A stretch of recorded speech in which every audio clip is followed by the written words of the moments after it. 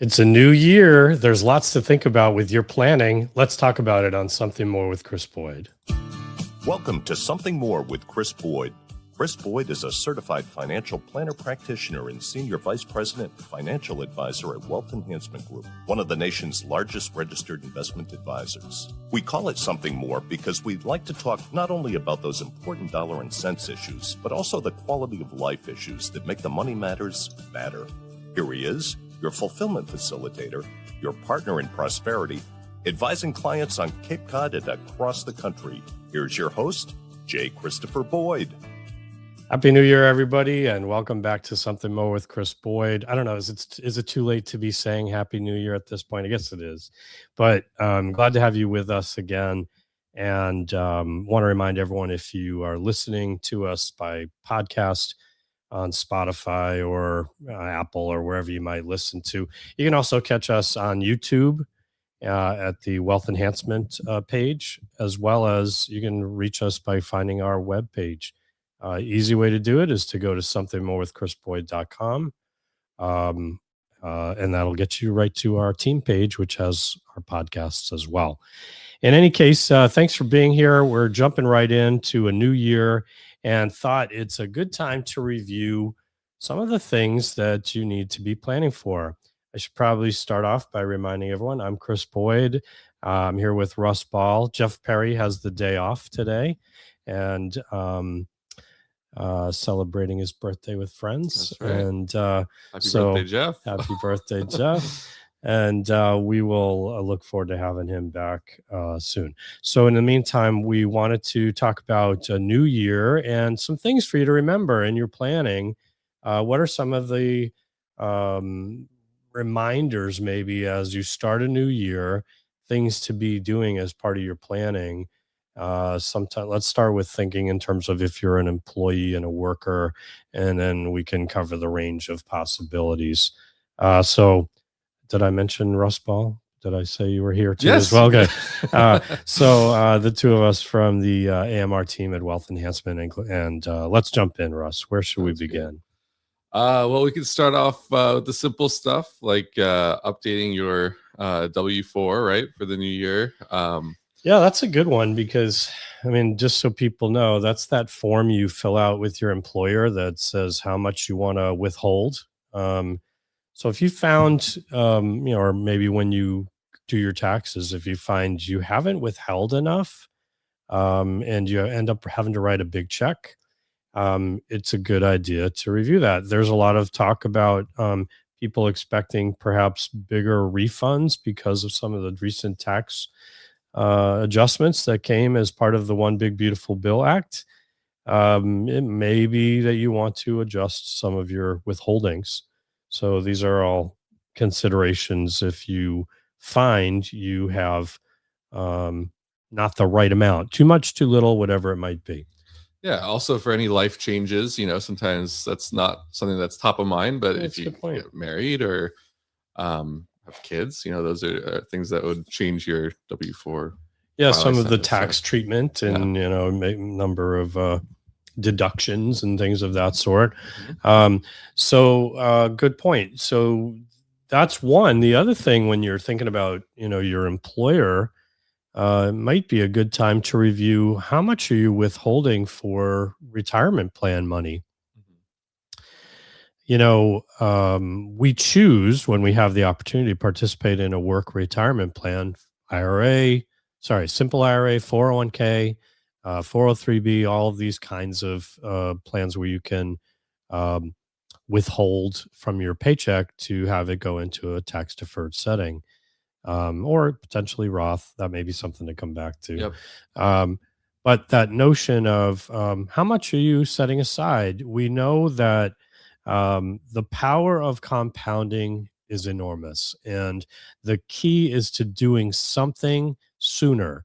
The sooner you can get started, the better the long-term implications for you that will have for future dollars you have to use, whether it's in retirement or later in life at some point in time. So do some savings. And if you are in a position where you can maximize. We'll talk about that in just a moment, Russ. Maybe we can refer to those numbers. How much is the maximum you can do?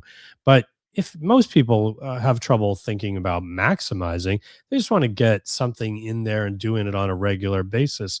We tend to talk about sort of a long-term ideal. If you could be doing 10% of your paycheck going toward long-term retirement savings, if you can do that from the beginning, you're going to be in great shape by the time you get to an age when you'd be expecting to retire. So that's maybe a good like goal if you're just getting started. Try to bring it up to that amount.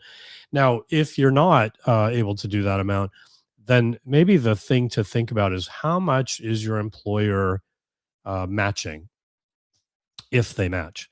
And a common ballpark for that would be around 3% of salary. And so if you're not setting aside 1, 2, 3% of your salary, you're giving up income. You've chosen to take a lesser rate of pay than your employer is willing to pay you. So don't do that, right? That means you have to set aside that amount to maximize that formula. Now, some formulas are 100% match on the first 2%, but 50% on the next 2%. So that's how you get your 3, but you have to do 4 or whatever.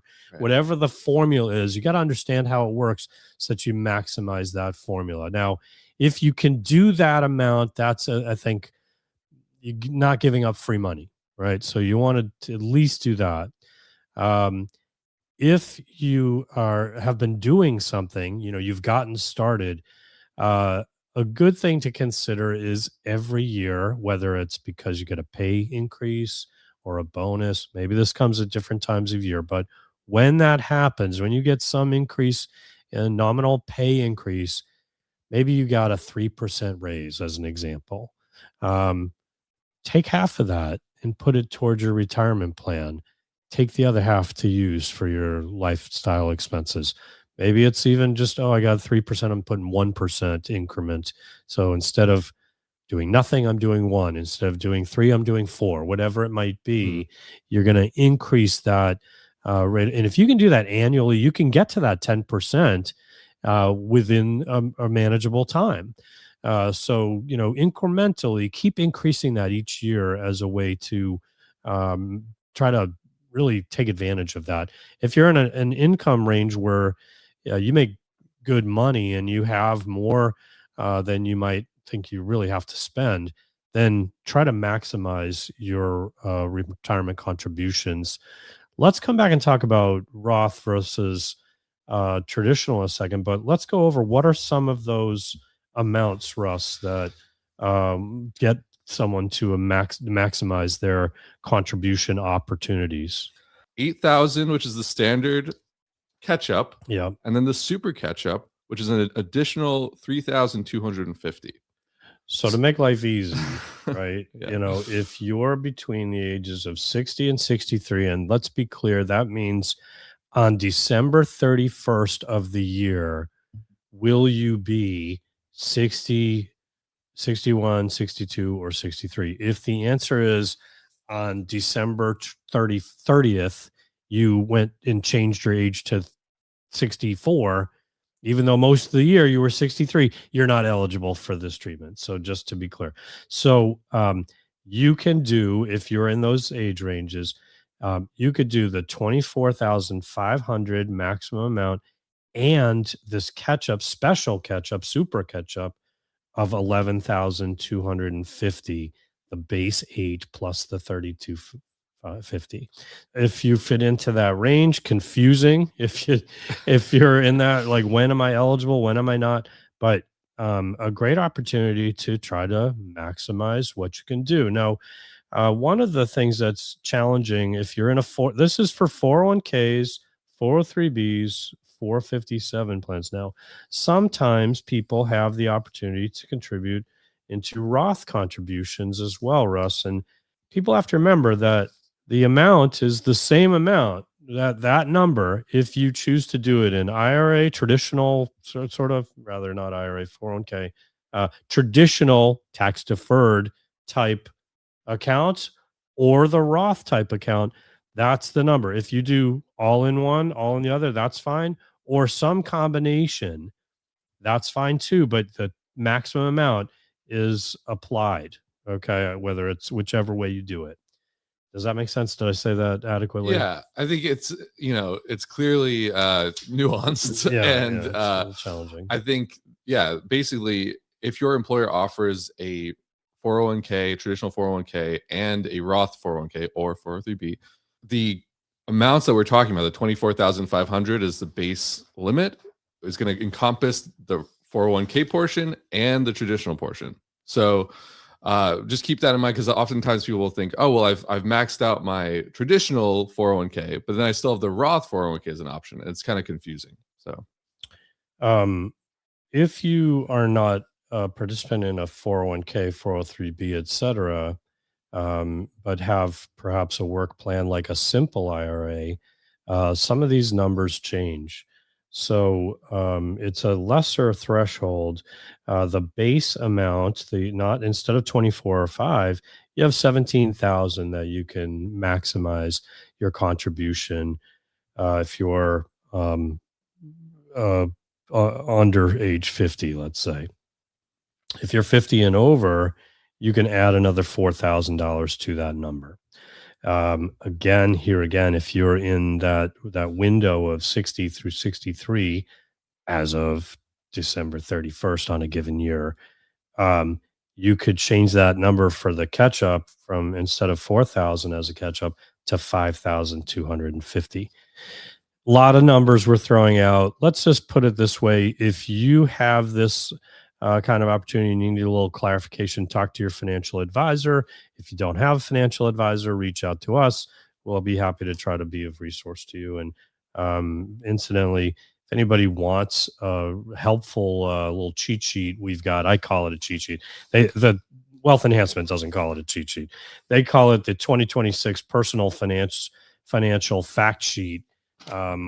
We've got all kinds of details. I'm holding it up for the video, but it's two-sided. It's got all kinds of helpful little tidbits. These are among them, and we can share this with you if you'd like to get a little bit of helping information. Also has tax brackets, has gift allowances, all kinds of interesting little relevant things. Useful information. Yeah. So with that, we've kind of covered the idea of the work plan. Review what you're contributing to your work plan. That also means review what you're doing with your investments in the work plan. Before we get to that, one more wrinkle on the 401ks this year, new this year. What's that? Any Roth contribution any catch-up contribution. Yeah. If you make over $150,000, any catch-up contribution should be automatically, I think, your payroll teams are employer is working on this, supposed to be able to help you do this, but yes, automatically move it to your 401k, Roth 401k. I wanted to talk about this. I totally forgot that this was, I had set aside a whole worksheet on this. Great point. This is it was mentioned in, was it the Secure Act or Secure Act 2.0? Yeah. But one of the changes was that you were going to have to contribute those under these circumstances, income threshold, your what are they called? Excess contributions? The catch-up contributions, going to have to go toward a Roth contribution. So after tax dollars, which, on the one hand, the government likes that because they're getting paid now, but you might like that too. And I think a lot of times we get focused on the immediate gratification of a reduced income and a reduced taxation and find that sounds appealing.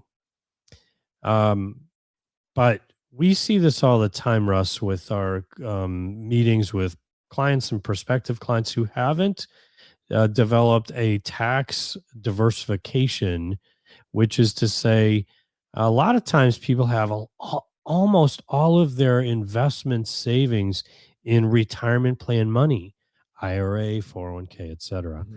And that can be problematic when you need to spend some money. If you need to, say, buy a car, have a lump sum expense. Oh, we're doing home improvement. If everything you need to take out has a tax associated with it, you can end up being forced into higher tax brackets, which can happen anyway because of RMDs as you age, or it can just be painful to say, "Oh, I want to." I don't know how much people spend on a car. I want to spend $40,000 on a car, um, but it's going to cost me, $60,000 to get the taxes out, then net what I need to spend. So, these are things you have to think about. And this Roth requirement, although kind of inconvenient on one sense, because I'm going to have a tax consequence now, um, probably has some virtues because one, it's forcing you to have a little more diversification. And two, whether you realize it or not, tax rates are probably going to go up in the future. We have relatively low tax rates, historically speaking, and with the prospects of, I say this all the time, so I'm sorry if I'm beating a dead horse here, but with the prospects of Social Security and Medicare running into shortfalls less than a decade away, what are we at? Like 6 years away now, something like Yeah, that. something like that. Something Yeah. like that. That we're expecting Right. these social safety nets to have financial shortfall. Um, and what do we have? I've lost track. 36 trillion in debt. I think thereabouts. Yeah. I mean, Astronomical. mind can't conceive of these kind of numbers. So, in any case, the likelihood is at some point tax rates are going to go up for this demographic that's facing this requirement. Yeah. So, you're probably going to benefit from having paid some taxes sooner.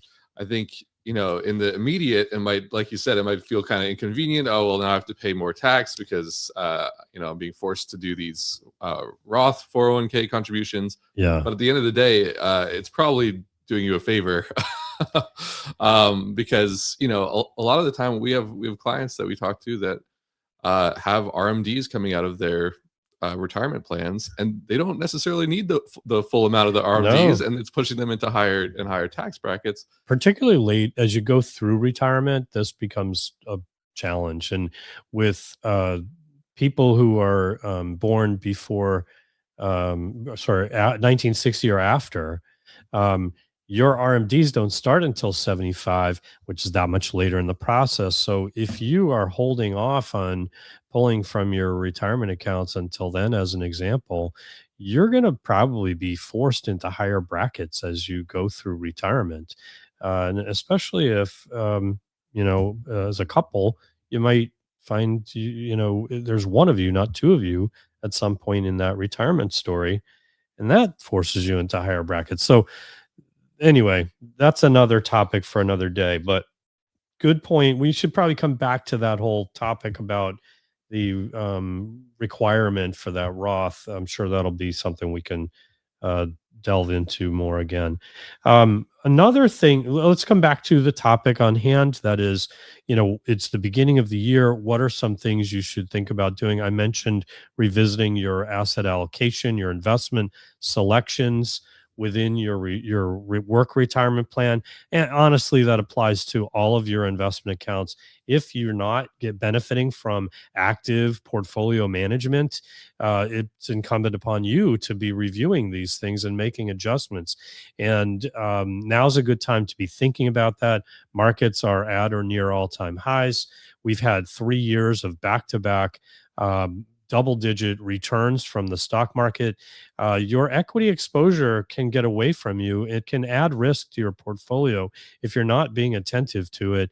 And it's of good discipline, forced discipline, to sell high and buy low, rebalance your portfolio, and that helps you manage your risk profile as well. And let's face it, as time passes, people's risk appetites can change, and it may be one of those things that's worth reviewing. Again, if you don't have someone to help you in that process, we're certainly here to be a resource and offer a complimentary consultation. This time of year is the time of year when people think about their portfolios and their investing and their financial planning. So don't hesitate to reach out. We offer a complimentary consultation and would welcome the opportunity to offer that to you as well. So you can connect with us both by email or by a phone call. Our toll-free number is 866-771-8901.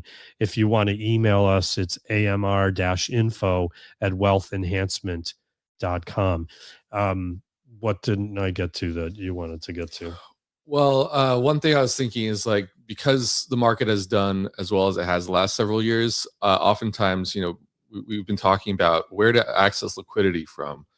And in times when the market's done really well and it's been on a great run, it might be a good time to draw some liquidity from your riskier assets, right? That's a good point. So, when people come to see us, they oftentimes will have accounts all over the place. Some have done better than others. Some have been more bond-centric, more stock-centric. And it's not necessarily a cohesive strategy, I would say. Yeah. So what we're able to do is take a look at that and see, all right, how does this all fit together, and where might be the best place to draw liquidity from if that's something that's needed in retirement. That's a great point. I'm glad you brought it up. I hadn't thought to talk about that, but it is one of those challenges. And when markets are good, it's a good time to kind of skim off the top a little bit and reset the stage. Because when things are bad, we don't want to be drawing from that bucket as much. So refill the liquidity bucket. Make sure you have liquidity. We've had years of good market performance. We have a positive, constructive outlook as we look ahead. But we know that markets inevitably, unexpectedly can be disrupted. And we want to be in a position where we have resources to draw from when that time comes. For people in retirement, we tend to talk about 3 years of net spending. So I spend $100,000 a year, but I have Social Security and pension. That's 50. So now I need 50,000. Okay, 150,000, 3 times that number as a liquidity resource, emergency fund, savings accounts, CDs, money markets, high yield savings, whatever it might be. Even short-term bonds would be okay, something that's relatively stable. So we want that kind of thing. For people who are in their working years, it's sort of a different rule of thumb. You want to hit on that? Yeah, I mean, the rule of thumb, I think, is 3 to 6 months of expenses to have on hand as a sort of emergency fund. Depending on what kind of work you're in, if you're, self-employed or something like that, or if you are a contractor of some sort, maybe having a little bit more of that, up to a year's worth of expenses as a cash reserve, I think makes a lot of sense. And then having that bucket kind of increase in retirement would probably be the optimal. Yeah, exactly right. I forgot I have that running. Let's think about a couple of other things while we're in this stage. So, this is the time of year to revisit your financial plan. Is your financial plan on track? Do you have a financial plan? Right. If you don't have a financial plan, now's the time, right? It's funny. We talk to people who are in retirement oftentimes, and they think, wow, this would have been great, years ago. But the reality is it's good now too. At any stage of life, there are crossroads, there are decisions, there are issues we face.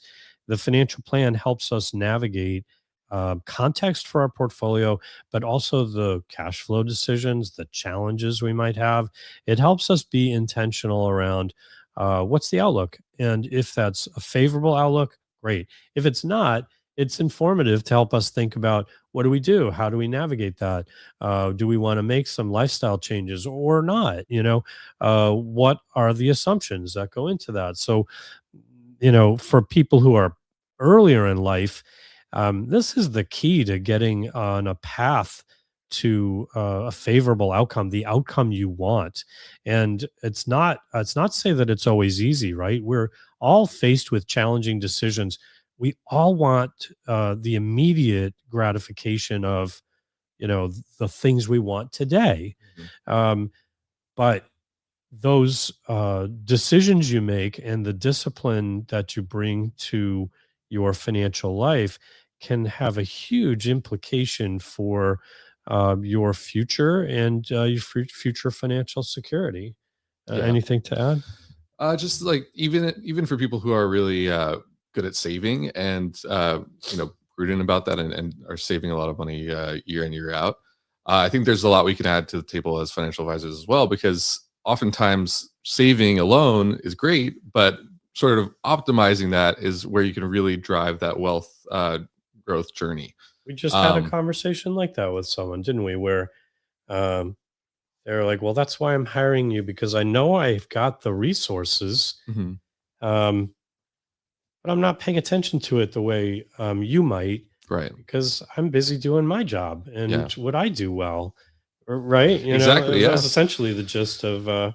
We had a conversation with one of our listeners, maybe listening now, who just said that. Exactly, and that's kind of what got me thinking. Sort of optimizing your portfolio from a number of different angles. So we'll look at it from a tax planning angle, from an allocation perspective. Are the funds that you're holding cost effective? Are they, is there overlap in the funds that you're holding in different accounts?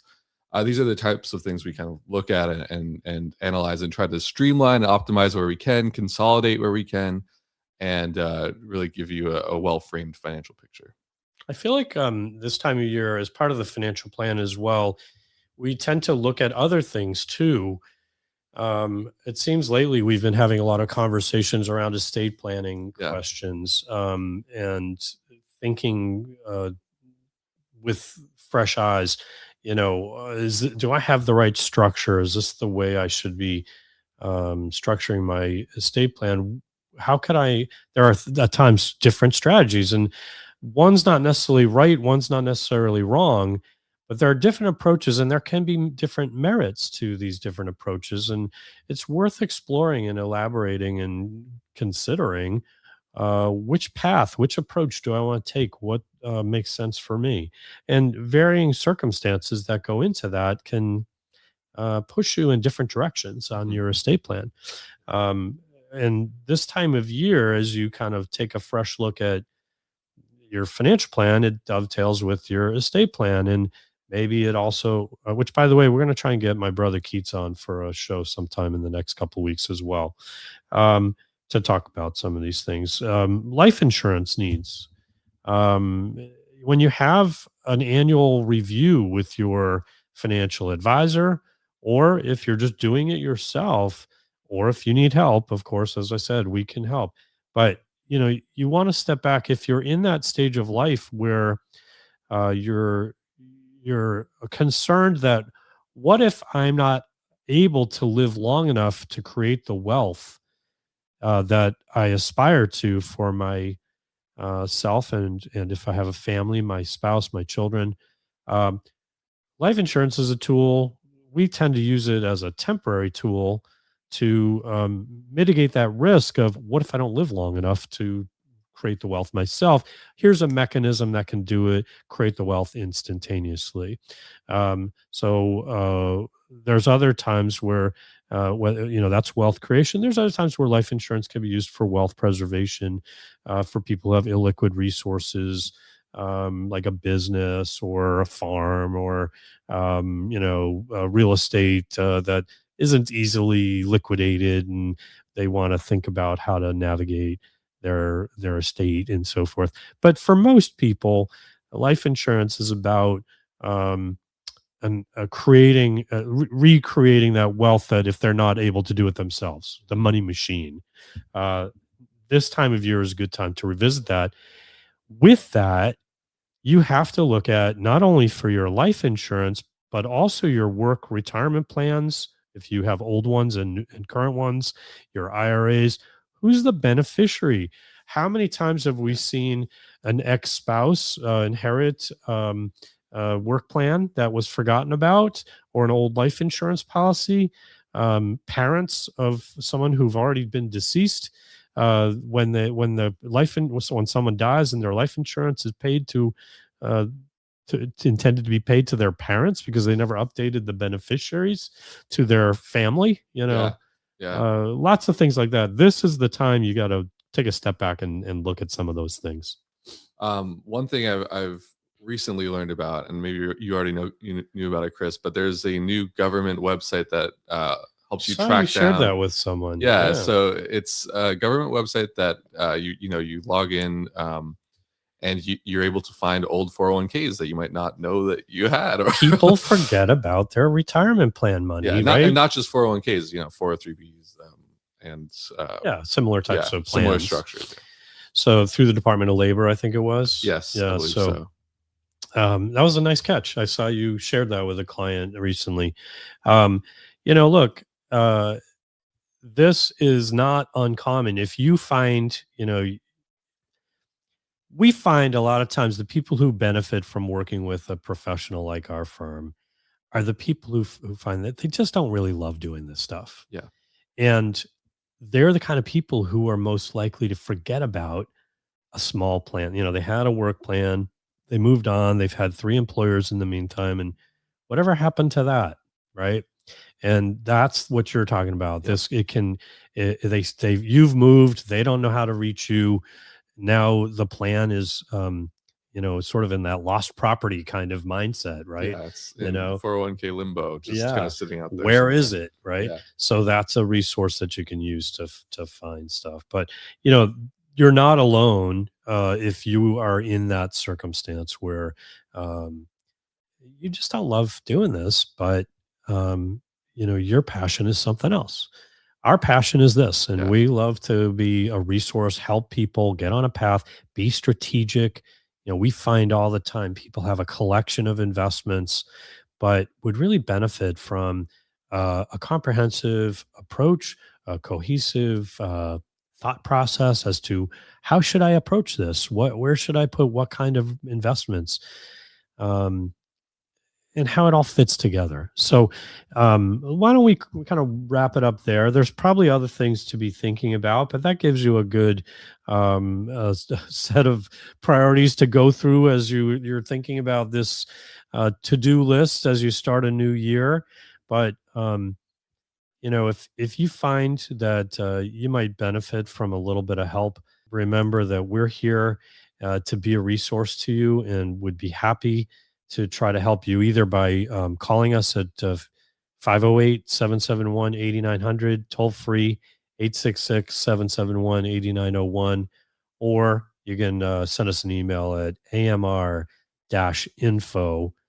at wealthenhancement.com. Russ, thanks for the good input and content. And everyone, thanks for being with us. Until next time, keep striving for something. Thank you for listening to Something More with Chris Boyd.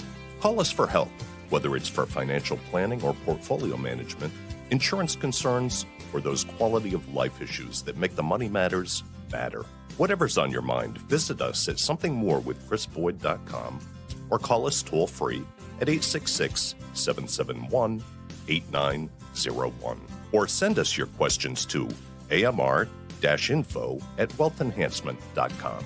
You're listening to Something More with Chris Boyd Financial Talk Show. Wealth Enhancement Advisory Services and J. Christopher Boyd provide investment advice on an individual basis to clients only. Proper advice depends on a complete analysis of all facts and circumstances. The information given on this program is general financial comments and cannot be relied upon as pertaining to your specific situation. Wealth Enhancement Group cannot guarantee that using the information from this show will generate profits or ensure freedom from loss. Listeners should consult their own financial advisors or conduct their own due diligence before making any financial decisions.